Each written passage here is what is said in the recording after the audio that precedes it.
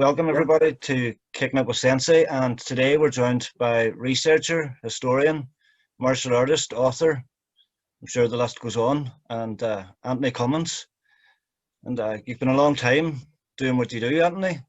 And Thank you very much. Yeah, it's been probably since about 2005 I decided to go and find the truth. I was doing it long before that, but I was doing something that what I considered was probably not correct now. Yeah. And how did you first get started in martial arts? I was born in 1978, so of course it was the Karate Kid era. You know, lots of sort of Japanese was top of the bill. Ninjas were everywhere. Yeah. So I was just obviously in that boom at the time. Of course, though, I always loved them. Everybody else carried on. Yeah. But I genuinely loved and carried on with the ninja. Yeah, I was always obsessed with the turtles, so that was a big influence for me. And I know you're trying to phase the word ninja out at the minute with the correct term of shinobi. And what exactly is a shinobi? Right, so basically in old Japan, you get a samurai and you get the peasants. And basically some of the warriors were special forces or spies, and they were known as shinobi no mono. Now in Japanese, you can read all the characters 2 or 3 ways. One way to read it is ninja or ninsha, and the other way is shinobi no mono. It's the same thing, but we've found over the time that actually they only really read it as shinobi no mono. And they were your special forces, spies, lads who went in there and sort of burnt stuff down sort of job. Yeah. And what type of hand-to-hand combat could they have used, or did they have one? Or was it just same as the samurai, really? Well, that's the big thing I've been trying to change. So everybody believes that there's this ninja hand-to-hand combat. And, you know, that was started in the 70s. That's not true at all. That's actually a bit, not fake is the wrong word, but it's been created later. Yeah. Actually, back then, they would have learnt their own samurai family arts. So whatever their family did, they would have done. However, in Japan, around the 1600s, actually, a lot of the old styles faded away and they made new styles. A lot of them came from the Shinkage Ryu and all that type of thing. They have only a few styles pushed through into the Edo period. So basically, whatever fighting their family did. That's it.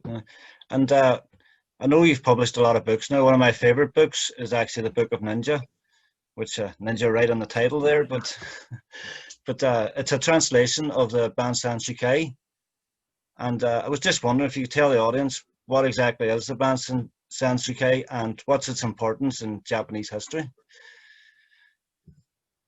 Right, well, what we find is that the ninja, or shinobi, but we use the word ninja just because it's so popular. Even publishers are like, please use the word ninja. Everybody searches ninja, so we have to use it. Yeah. So, but basically, the Bansen Shukai translates as many rivers coming into one ocean. And a man, a samurai called Fujibayashi Yasutake, or from a samurai family, he realized that the arts of the shinobi, the arts of the ninja were dying out. So he started to collect everything together as much as he possibly could. And it's a massive, massive book. And he put everything together in there.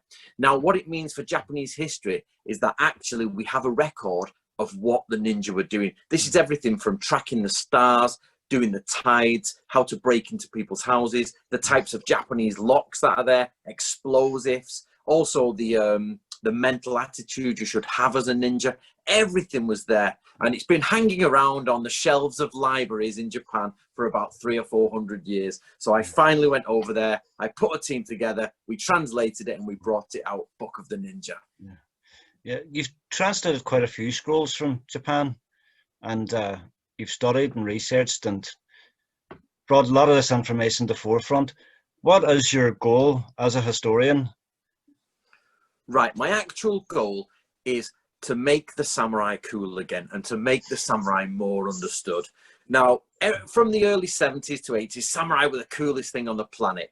But then what happened is the samurai art started to get diluted, and their instruction was more all over the world. People were doing not really the correct martial arts. And then mixed martial arts came in, Brazilian Jiu-Jitsu came in and slammed them all. And now samurai are a bit laughable and ninja are a bit laughable as the sort of Yeah. fat lad, you know, who Yeah. can't do anything or lift his leg up and that, you know, the fat lad, oh, it's a ninja, is it? You know, and that's Yeah. not the truth. The truth is that these guys were vicious. These guys would hunt your head. They'd hunt you down and take your head and bring Yeah. it home. They burn your house down, kill your family. They were vicious, vicious people. And the arts they used, the traditional arts, were very, very realistic. What a lot of people don't realize is that Brazilian jiu-jitsu is actually Japanese jiu-jitsu that didn't go through the change after World War II.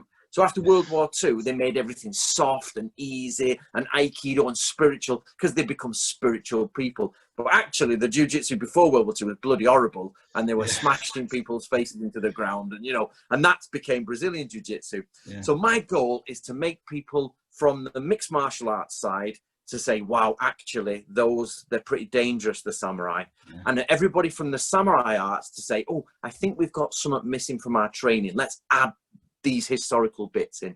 Yeah, excellent. Funny you said that. Now, my daughter today actually was discussing samurais, and she was saying about the change in the generation from us to her age group. She said when we were young, we had the Karate Kids, Ninja Turtles, which was just everywhere in popular culture. And she said she was unfortunate that the only thing she has is Jaden Smith. So She's totally correct. We have changed in one generation, and that actually shows as well. People don't realize that. They say the word samurai and they think, oh, they were all the same. Actually, they changed within a few generations. After the war's finished, we get all these old samurai complain about the new guys are just loving dressing like girls and everything's too relaxed and everybody's happy and they don't understand the hard days of war.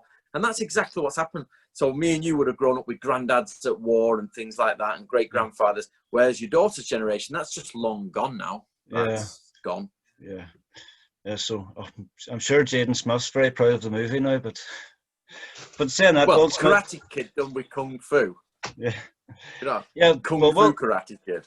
Will Smith did regain a bit of sort of publicity there with the Cobra Kai series, but it still has a long way to go. But well, the Cobra Kai series is excellent, but it doesn't have very good martial arts in it. It's a good story and it's fun, but the martial arts is a little bit lacking. Yeah, definitely. I know you've published a new book this year now, The Modern Samurai. Could you give us a little insight into that book? Yep, so I did a book called How to Be a Modern Samurai. Basically, everybody studies samurai ways, or the people involved in this study samurai ways, and they go to a dojo and they bow in, they do their martial arts, and then they bow out, and then occasionally they'll just read a book. And it's actually more of a lifestyle. So I divided what was historically accurate into 10 steps that you could do, like how to train your mind mentally, how to set up your house like a samurai would set them up. How do you deal with samurai religions and Japanese religions? There's a lot of questions out there that people just don't have the time to answer. So I thought I'd put it all together so people could just grab it and answer it and they're done.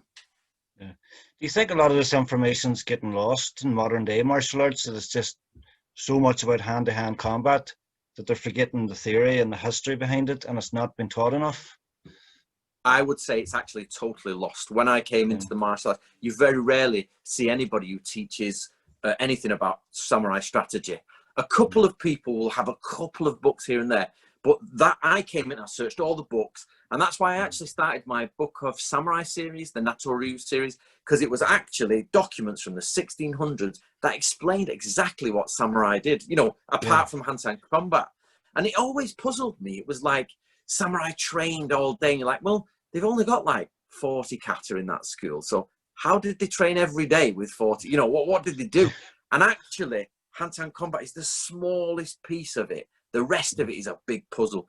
So for samurai, it was like being at university. They had just tons of research to do and strategy. Yeah, excellent. And finally, how can people get in contact with you, Anthony, and follow along with your YouTube channel and things? The best thing to do is follow me on YouTube. That's the best way. And it's Samurai and Ninja History, or just put in Antony Cummins. I put at least 2 or 3 videos a week up. And what I would love is you guys out there doing all the different types of Japanese martial arts to understand that there's actually more to it. And it doesn't matter if people do different martial arts, they all need to do something called gungaku, which is samurai military study, Japanese military study.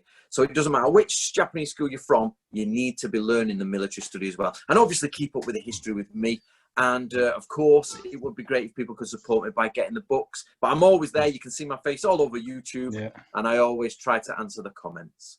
Excellent. I can't recommend your books enough now. I've bought a few of them myself. And thank you. I would be buying the new one, but I have to talk the wife around first. I'm built quite a library at home. The space is running short, but I'll put links in the description to your YouTube channel, and all the best, Anthony. And that would be superb. Yeah, and thank you very much for coming on. It was a pleasure speaking with you. Thank you very much. Good luck.